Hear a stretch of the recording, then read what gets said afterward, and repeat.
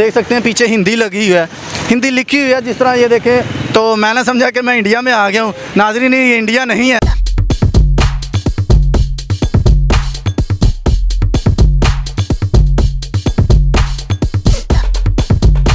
अस्सलाम वालेकुम नाज़रीन, आपका मेज़बान मोहम्मद असलम आपकी खिदमत में हाज़िर है और आप देख रहे हैं लाहौर की बातें।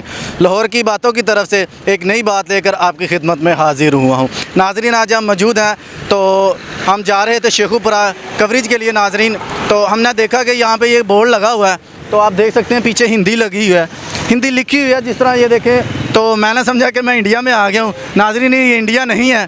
तो ये जाने ननकाना साहब जाने के लिए जो सिख आते हैं अपने ननकाना गुरु नानक के को जहाँ पे होते हैं, तो वहाँ पर आने के लिए उनकी सहूलत के लिए नाज़रीन ये हिंदी लिखी हुई है। आप देख सकते हैं इसके ऊपर लिखा हुआ है फैसलाबाद, उर्दू में लिखा हुआ है, इंग्लिश में लिखा हुआ है, हिंदी में लिखा हुआ है।